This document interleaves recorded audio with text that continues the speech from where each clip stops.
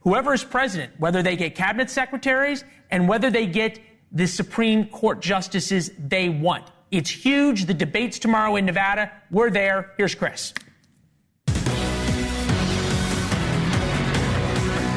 Chris Cuomo here. NewsNation is tracking breaking news. Liam Payne of boy band One Direction fame found dead after reportedly falling from a hotel balcony in Argentina.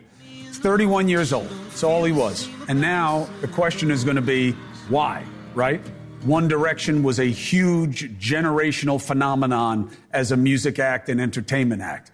The question is, what caused the fall from an apparent third floor balcony? Get perspective on this story, what the loss means, why it happened, is the host of Extra, Billy Bush. Billy, do I have you?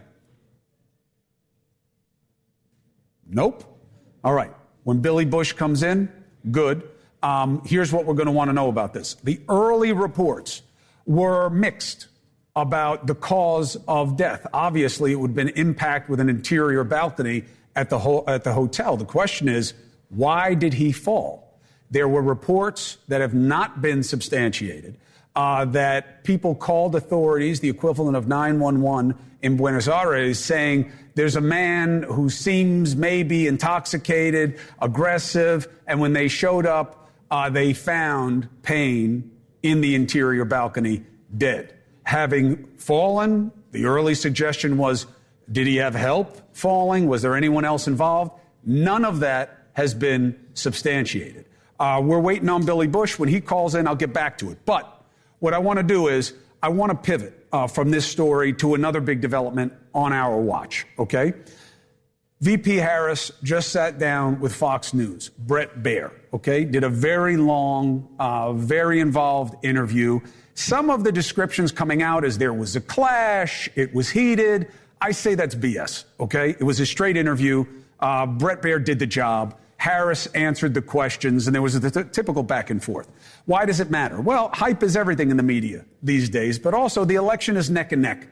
Less than 3 weeks, right? Yesterday was 3 weeks. So anything can make a difference in something that is this knotted up. I wanted to give you something different tonight in analysis, okay? Trump's argument is everything was better than now when I was in, right?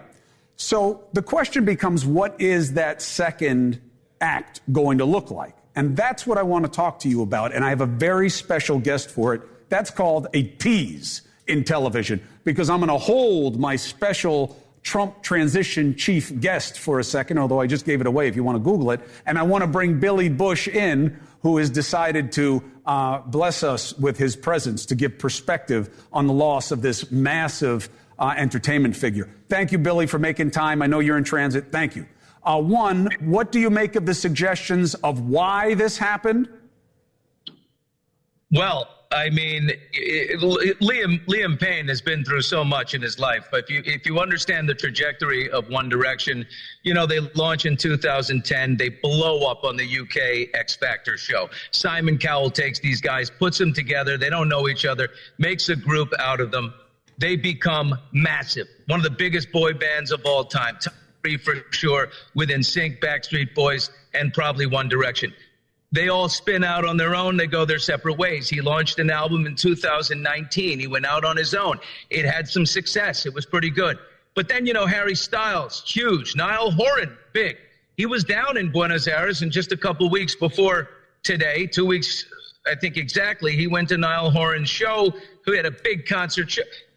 Liam fell off a little bit from the success of especially those two guys. Zayn Malik also had some pretty big success. None quite like Niall and, of course, Harry, the biggest. He talked openly about struggling with addiction. He went to rehab. He tried to get a hold of the, you know, like you hear too many times, you know, tried to get a hold of his addiction. What happened here? The police, you know, say they respond to a call about an aggressive man who seemed to be under the influence. I looked at the hotel, the Casa Sur Hotel in the Palermo neighborhood of Buenos Aires. And in the inside, there's sort of an inside patio there by the swimming pool. And you see these balconies. And from the third floor, he went down. Right. We don't know if he jumped or what happened there. But Well, here's the good news for his family and people who are going to have a curiosity about it. Obviously, someone this age, no matter what they were struggling with, you're going to want to know why. Any decent, not even great, any decent forensic pathologist is going to know whether they jumped, he fell, or there was a trauma stress that led to falling. So they're going to get the answer to this, and there's no reason to speculate before we get that. I do appreciate you putting it in context in terms of who he was and how he got to this point for us, Billy Bush. Thank you, especially being on the fly. Thank you very much for doing it. Thank you, buddy. Good to see you. All right. Billy Bush, of course, of extra fame, but can't do any better than that in terms of understanding what this means. So, the second Trump term, he uses the Reagan metric of, are you better off than you were? Okay. Will he be better than the first time? Because there was a lot of criticism the first time. He's got very high negatives, in part because of the first term. So, we're looking at this Harris interview because anything can move the needle in a race that is so tight. I haven't seen one like this 2000, maybe 2004, okay? I want to bring in somebody who's going to have a key role in the second Trump administration. Co-chair of the Trump transition team, CEO of the investment bank Cantor Fitzgerald, Howard Lutnick. Good to have you on the show. Thank you very much. Congratulations on the post. Do you feel fortunate to be in the position of the transition team? Why would you take on an assignment like this? So this is the most fun you could have. You have a president. He knows the job. He knows exactly what he wants. He's learned everything before. He's got one term, 4 years. He's going to hit it so hard, so fast. We're going to have the greatest athletes you've ever seen take the field in administration. And this is going to be the most fun you could ever have. Now, I remember first time out when he was saying best in the best, because I'm Trump, they'll come, that flirtation with Carl Icahn. The question is, how did he get so sideways with a lot of the team last time? We saw people getting dismissed in that administration like never before. Bobby Kennedy Jr. gave us an interesting explanation for it that he says came from Trump. I'll play it for the rest of the audience. You know this already. I talked to President Trump at length about this, and he said, look, when I get elected in 2016, I didn't know how to govern, and to tell you the truth, it was kind of surprising that we won the election. He said, I was immediately inundated by lobbyists and business people, and they're all saying, you appoint this guy, appoint that guy, appoint that guy. And he said, I did it, and I wish I hadn't. How did he convince you, given that he said, I'm going to have the best of the best? He didn't do it. Now he tells Bobby it's because the lobbyists, the last people in the world we thought he was going to listen to, told him to do it. Why do you have confidence in him if he was able to make such a boneheaded move? All right. What he didn't understand last time, let's talk about generals, right? You think, oh, they're generals. No. They're people. That means half of them are Republicans and half of them are Democrats. So after years of Obama, who are the 4 stars? They're all Democrats, because you have to think about it now. Who do you promote past 2 stars?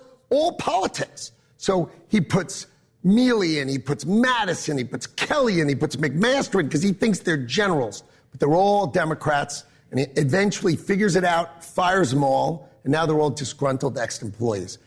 He just made freshman mistakes that he's now a junior or senior. He knows exactly what he wants. He can bring in the best people. His policies are clear. You have never seen anything like it because, let's face it, I run transition. I'm recruiting. Yesterday, I talked to a guy who runs a $100 billion public company, and he's helping me. So I've got the best 150 Republicans in the United States of America, from Chuck Schwab to Mark Rowan. So you're only hiring Republicans? Yes. What a shock. The Republican president is going to hire Republicans who are going to be fidelity to him, his policies, and him, because he's the CEO. Why would you pick someone who's going to try to go the other direction? That would be silly. And we saw it with all these generals. They thought, I know better than him. I know better than him. That's just not true. They went the wrong way, and that's what was the mistake. But how do you make anything better, Howard, if you pack yourself with fealty over people who are just good at it?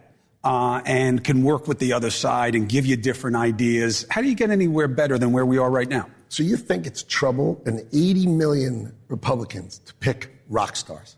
I promise you, it is easy to pick rock stars from either side. Okay, Democrats can pick rock stars. Republicans pick rock stars. When it's your company, right? He's the boss. He gets elected. The concept of these people working against him needs to end.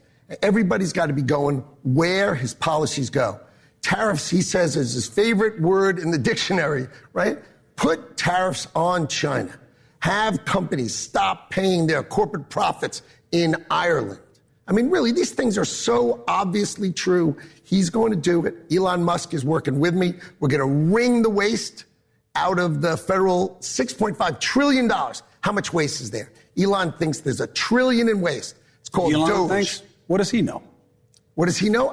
Smart guy, genius. I'm a fan of his work. I'm frankly a fan of what he's trying to do with Twitter or X, to be honest. He's wading into politics, talk about freshman mistakes. He's making some. But Elon Musk is who the American people are supposed to put their faith in, that he knows how to slim down government. He knows how to slim down government because there's facts. There's 2.9 million federal employees, 3 million contractors, and the highest they get paid is $183,000. $183,000, and they never get a raise. So they stay there. Let's say you're a general, and you're getting paid $183,000 for your whole career, and then you retire. What's the first job you take? With a contractor who you sent billions, tens of billions, hundreds of billions to, and you know what they do? Then they get paid a big, giant salary, big, giant bonuses, and they make it all back. Every general, everybody's giving away our money. Our money is flying out the door. So you're going to stop people leaving government and working in the private sector? They should stop, and we have too many people who make $183,000 who are just giving away our money. And once you think about it, you say, my God. You know the things I've learned? Here, the Department of the Interior, they have so much real estate. So I'm trying to figure out, why do they have so much real estate? Each office needs to be 1 day's horse ride away from the other one. And you're going to look at me and go, stop, Howard, seriously. You're making that up. Oh, no, I'm not. 1 day's horse ride. When did horses go away? I got to tell you, it is so silly, ridiculous, and absurd. So why didn't he do it the first time? He didn't have Howard Lutnick. I got you. He didn't have Elon. Fine. But he said he was going to have the best of the best. He said he was going to drain the swamp. He said he was going to do these things. None of them happened.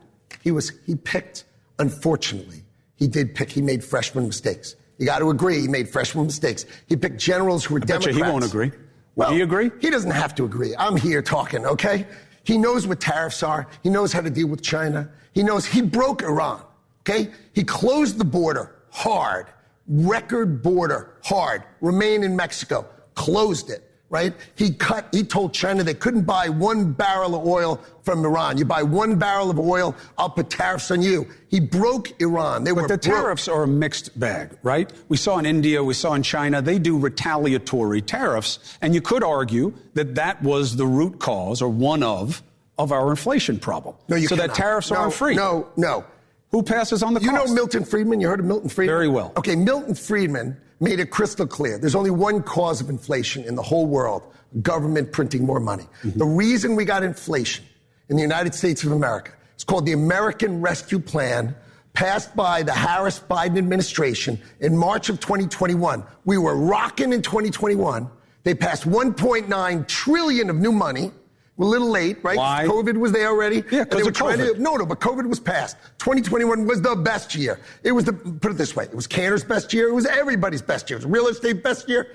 Everybody's Trump best pumped money in, and Trump said he would have pumped more money in when Harris and Biden did. I don't know why we keep saying Harris. Like a VP all of a sudden has like a big role just because she's running for president. We never said Pence Trump. But he said he liked the spending that Biden did during the pandemic. When they passed that, in March of 21, I went on television and I said, 15 months till inflation. You'll see the first inflation the United States of America has seen since 2008, right? 16 years? Right, but you're going to see it. You know when you're going to see it? It's multifactorial, though, right? You're going to see it in June of 22. And guess when you saw it? June of 22. You know why? It's but I said it on TV. But China passed it along. A lot of the things that they make for us, we need every day. They're not luxury goods. We agree. And that they pass on the price to the consumer. This is a common concern, and it was for Biden in keeping a lot of those tariffs. So the Chinese central government wants to win. So they underprice us, right? That's why we put tariffs on solar panels, because they're making them and just dumping them on us, right? You know what's so funny in Europe going on right now? We tariffed electric cars to make them stop dumping them in here, and Europe didn't. So they sell this rockin' 17,000 euro car that cost them 45,000 euro. Because they had to cut the price. And they're just crushing Volkswagen, and they're just crushing these companies. Why? Because they're letting the Chinese do it. The Chinese are playing by a different set of rules. And the only one who understands that to protect the American worker from this Chinese, right? The Chinese gut the American workers, and then you open the border, they bring in fentanyl to kill them. Did you know that our workforce, 2/3 has a high school education, 1/3 has a college education? You know what the average life expectancy of our workforce that is high school educated? It's 7 years less. And if you say, where did you get that statistic from? His name is Deaton, and he won the Nobel Prize for it. And why would they live 7 years less? 7 years, it ain't the air, it's not the food, it's not the health care, it's despair. You take their factory away from them, and they have no other way to do it. And then you bring fentanyl in, and you gut America from the inside out. So I think... Fentanyl, I'm with you. And if you do any kind of national effort on fentanyl, you'll be a big winner. It's all China. You know it's all China.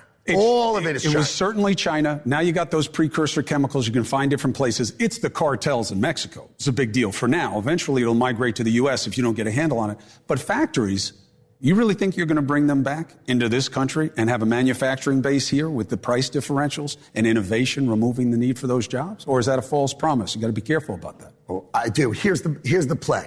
You put giant tariffs on China, and you say to American companies who are producing in China, bring it back here, and we'll give you a tax credit within 2 years. You bring the manufacturing back here, you can have a credit for every dollar you paid in tariffs.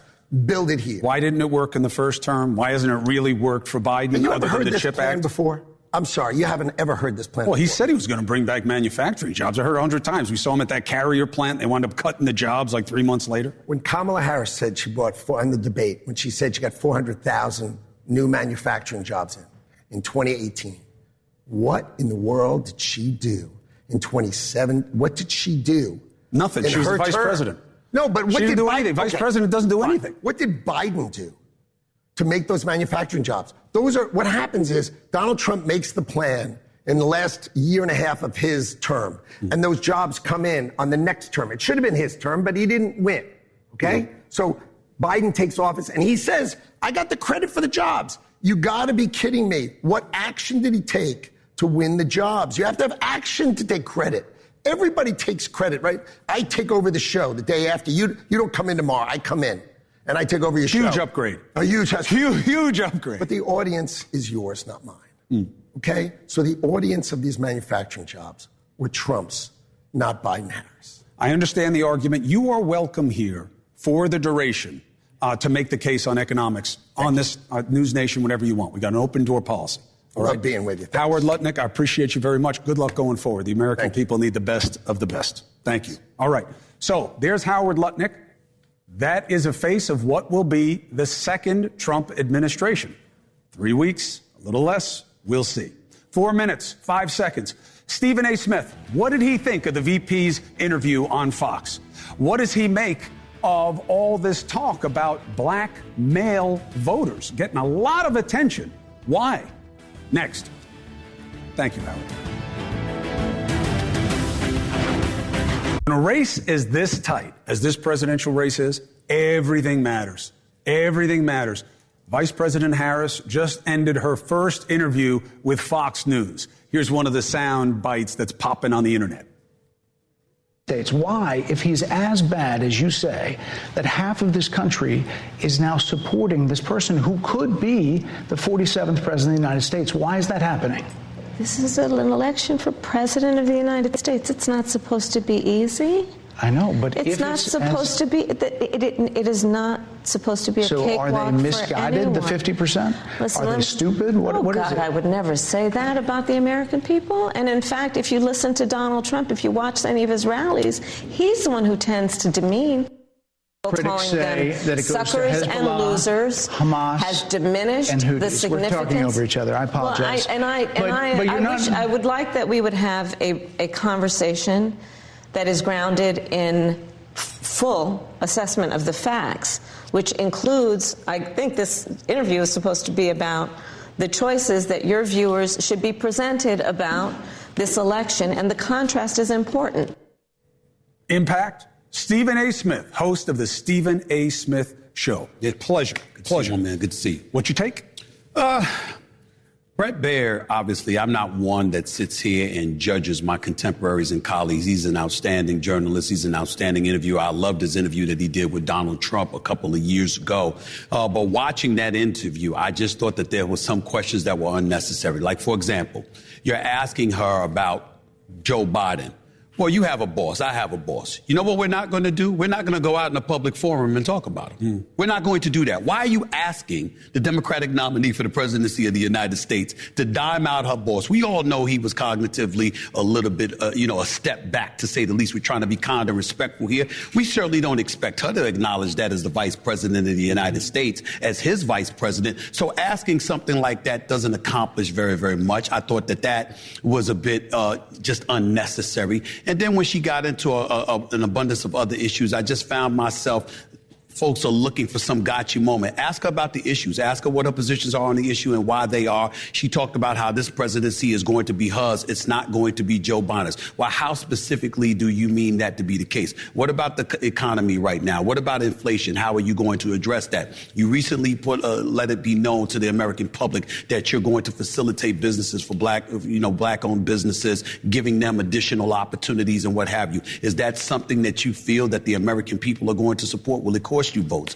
Will you think it'll elevate your profile and your cachet within the black community right now? How concerned are you about it? Some black folks are leaning towards Trump. What do you have to say about that? What's the reason behind that? I would have liked to have seen more of that, her answering those kind of questions instead of them going back and forth. What's your take on that, by the way? The black male, look, it just tells you how close this race is, okay? Because the idea that it's going to come down to black men and who's going to win the election, I find that hard to believe looking at the demographic map. But her pitch is, I'm going to give you, and only you, breaks for new businesses to black males, and I'm going to make marijuana legal. Well, first of all, there's no way in hell that we believe as black men that the things that you're going to do for us is only going to be for us. There's always going to be for somebody else on top of that. We've accepted that a long time ago. Secondly, when you think about the support of the, of the black community, well, Barack Obama had 95% support in 2008. It went down to about 91 or 89% in 2012. Then obviously for Hillary, it dipped. She had about 88% in 2016.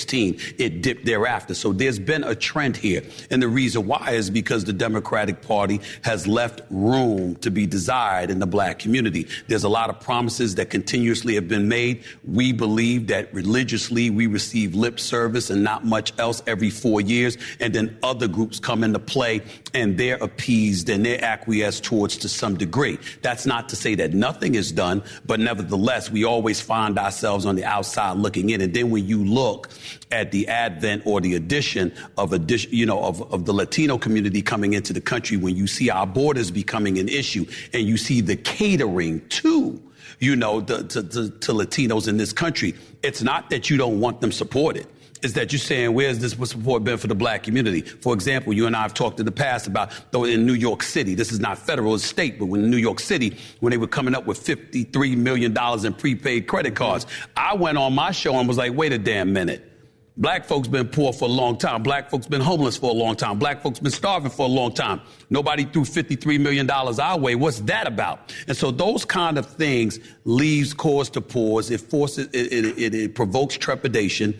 And you look at the Democratic Party, and most of us are going to vote for Kamala Harris. Most black people are going to vote for Kamala Harris. Make no mistake about it. But when the Republicans say, its support has increased, what you need to understand, and I know you know this, it's not a matter of them getting anywhere close to a majority. It's what nugget do they need? Is it an additional 3%? Is it an additional 5%?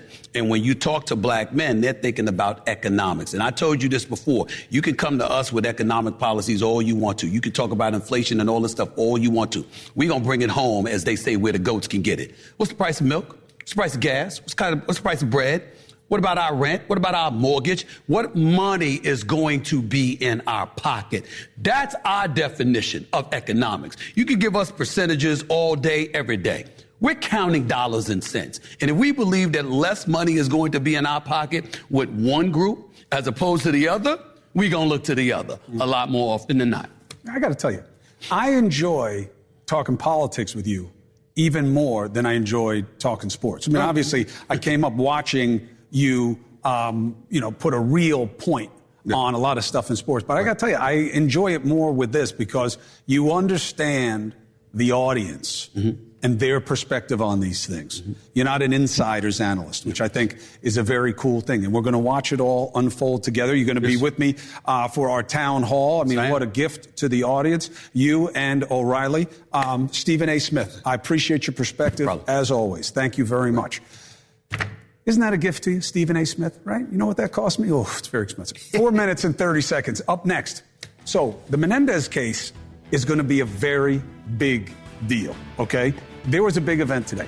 You don't see people accused and convicted of what Eric and Lyle Menendez were, okay? Killing their parents. Now, potential resentencing. Now, potential time served. Wow, really? Why?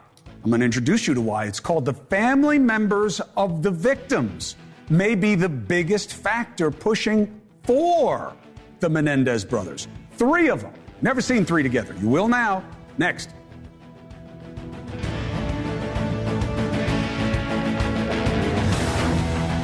You telling Lyle what? My dad had been molesting me. And did you want something from your brother? Is that why you told him? I wanted to stop him. Were you seeking help from your brother? Yes. So 30 years ago, that's Eric Menendez, okay? So I'm 24 years old, and I remember the trial like it was yesterday. And people believed there's no way that guy's telling the truth. 30 years later, now we're familiar with people, including males, making that kind of accusation, living in that kind of abusive environment. So now there are fresh eyes on the Menendez brothers and their case. And not just because of a Netflix series, because a lot of it is deceptive, if certainly different in the reckoning of that Netflix series than from the facts that we understand at trial. But they've been behind bars for murdering both parents since 96, okay? First-degree murder, sentenced to LWOP, life without parole. But now, because of the changing understanding of abuse and how it can affect people, there's not just a new wave of interest in people, but in prosecutors. And today, a very big moment. The prosecution could decide within a week or so that these 2 should be resentenced, and the sentence should be time served. That's possible. Why? Who is the most powerful voice in a homicide? Victim's family. More than 20 of the victim's family members, also happen to be family members of Eric Lyle Menendez, came out to support the efforts to free them. Now, not all the families say that, but overwhelmingly they do. Here's some of what they had to say. I had no idea of the extent of the abuse they suffered at the hands of my brother-in-law. They were just children. Children who could have been protected and were instead brutalized. I believe they have suffered enough. I ask the district attorneys to take into account the whole truth. Lyle and Eric deserve a chance to heal, and our family deserves a chance to heal with them. Now, look, this is a complicated fact pattern, but victims' family arguing for the people responsible, at least legally, for the murder of loved ones, asking for them to get out of jail, very, very rare. I want to bring in 3 of the family members right now. Their aunt, Joan Vandermolen, okay? She's Kitty Menendez, the Menendez brothers' mother's sister, okay? Kitty Menendez's sister.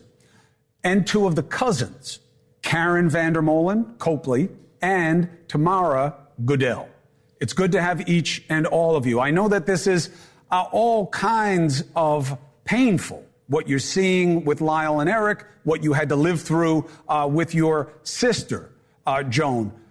Why should people understand that you had a change in what you understood about the circumstances surrounding the death of your sister and her husband? Are you talking to me? Yeah. Yes, ma'am. No, I don't know that there was a change, but over the years, we really did know that there was abuse at gut level. But as time goes on and we all talk to each other more and more, and it validates the fears and the gut level reactions that we had that solidify the knowledge that the sexual abuse actually did occur, because that's not something you want to believe. And then once you talk to each other, it becomes more and more obvious. I understand. So, Tamara, when you're thinking through why they did what they did, how do you understand why you don't judge it the way you would under any other circumstances? Okay, wait. So when I think through it, there was a comment that I had recently heard from the previous prosecutor, who basically characterized it as, if they really killed their parents and they were really remorseful, they would have told us or called the police right away. However, if you look at how much pain that they endured, how much torture that they endured, how much abuse that they survived through, that came out in the way that they committed the act that they did. Mm. And at that point, given the status of where the family was at, my understanding of the behaviors and the actions after the act was that it was learned behavior of what they knew what to do. Mm. And so when I think about it now, it's an act out of pain, it's an act out of misery, and it's something that they were just so desperately wanting to get out of. And while they might have had the means to escape, they also did not want to see it to happen to anybody else, which they knew quite possibly could happen. And I do believe, I believe my grandmother has something that she would like to add to that. Joan? Joan, I just want to say that when we finally realized the depth of the awful treatment he was getting from his father, and then my mother admitting that she knew all along and she wasn't dumb. Kitty? No, my Grandma May. No, not May. What, Kitty? Yeah, Kitty said she knew all along. It's just, it's beyond anything we can even describe right now, because it's so painful. And to think what Eric says now, it started when he was 6 years old and he was 18 before he got out of it. But that's a long time. And the judge wants to know why the second trial didn't even occur, because the judge wouldn't allow any violence at all. And that's not fair, no matter how you look at it. Joan, how do you understand Kitty's disposition, Kitty's perspective? If she knew that this was going on, how do you explain why she didn't do anything about it, knowing her the way you did? I think that she was getting used to the money coming in and the fame and fortune, and I guess her kids were not enough of a sacrifice for her. I don't know what else to say, because the Kitty I grew up with would never have allowed that to happen in her home. This was something she had to learn from Jose. Chris, I think one of the things that Grandma has said to me previously when we've had discussions about this is that Kitty did not know, and this statement is very striking to me, is Kitty did not know or care about the difference between fame or infamy. And so at that point, attention was attention. And so whatever's going on within the home just deal with it. It'll make you stronger. And then when Roy came up from the Menudo group, it gave us proof that he was a terrible person. Karen, do you believe that the district attorney hears you and understands it the way you and other family members do, and that this will result in a resentencing that is sentence of time served? Do you think that this is the beginning of the next chapter, or do you think you're not sure that they get it? We are cautiously optimistic. We believe that they hear us. There's a lot that has to be reviewed by different departments. And we are showing strength of support. 24 of us here today, all with our own stories and our own support for Eric and Lyle to be released. And all of us have different stories about the abuse at the hands of Jose and unfortunately how Kitty did not protect them from her husband's abuse.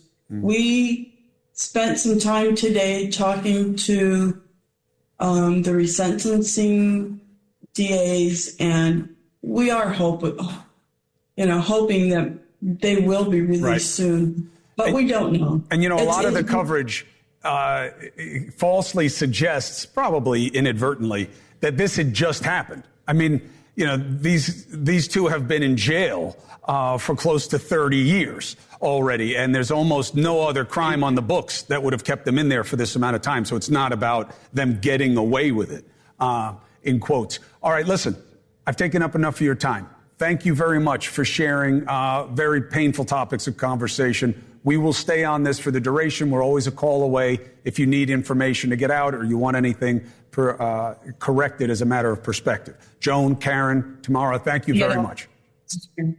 Thank you very much. Right. Thank you. Thank you. All right, we'll stay on it. 4 minutes and 45 seconds. Up next, I've got a gift for you. If you want to look at what is happening in this country as a function of what's happening in the Middle East, okay? I have a piece of video that you need to see when people say to you, hey, they want to come after what's happening in this country too, the terrorists in the Middle East. Erica Laban is here, one of the strongest voices in the media about her concerns, knowing what happened in Iran and how fundamentalism took root, why she has concerns about what's happening here. A cautionary tale we all need to hear. Next.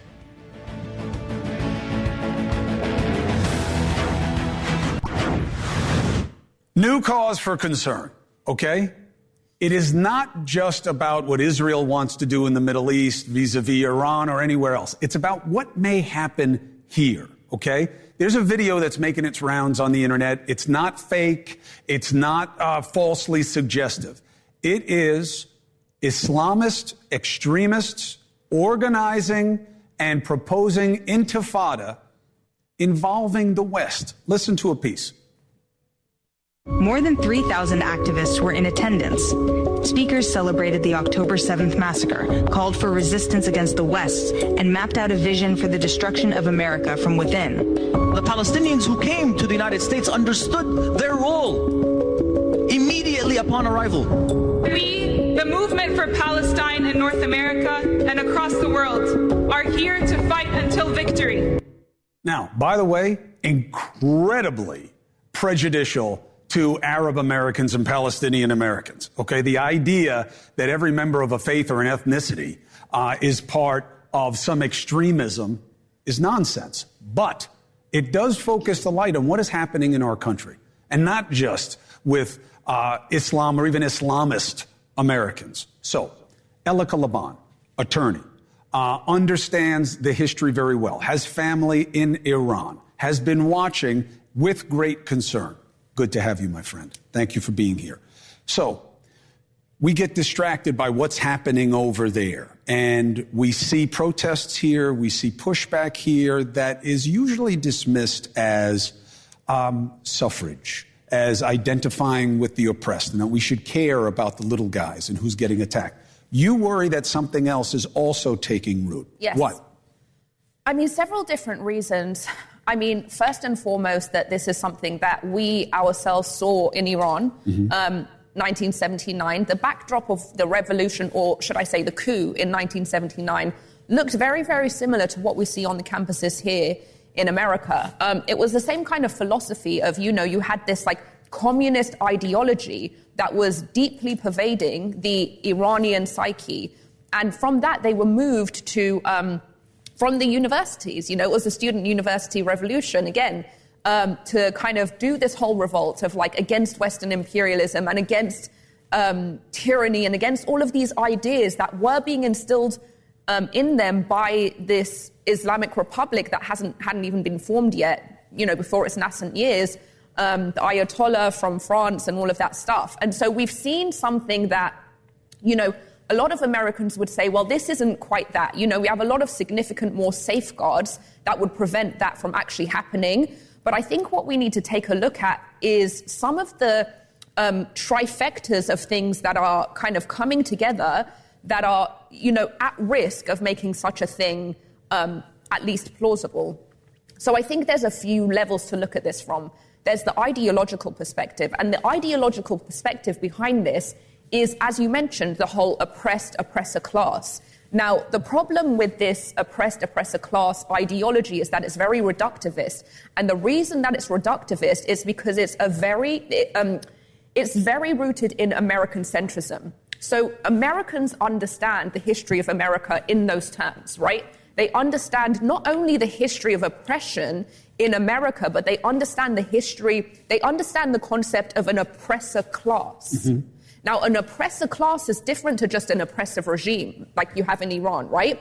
So the concept of an oppressor class leads to this understanding that there's an entire race of people that are culpable, which indeed was the case back in Jim Crow era.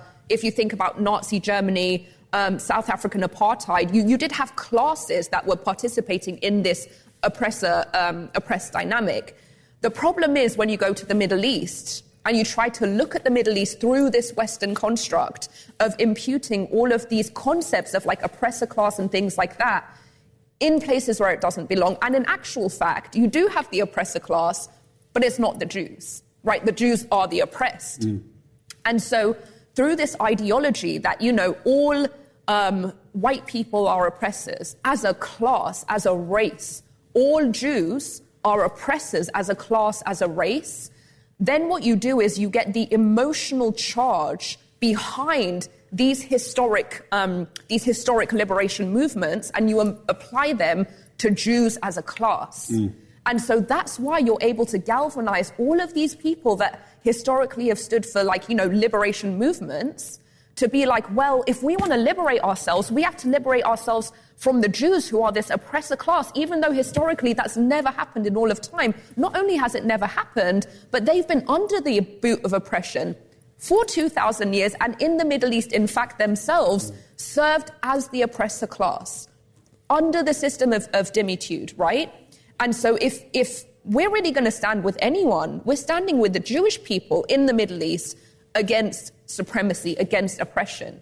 But because of this Eurocentric, American-centric view of it, they've got it completely upside down. And that is the state of play in the country. You'll notice I did not interrupt Elika Laban at all, not only because I was worried about recrimination, but it is great food for thought. I appreciate you being here. This conversation must continue, and unfortunately, we'll have plenty of cause for it well after the election. Elika Laban, thank you very much for what you're doing here and online. Digest it, think about it. We'll be right back.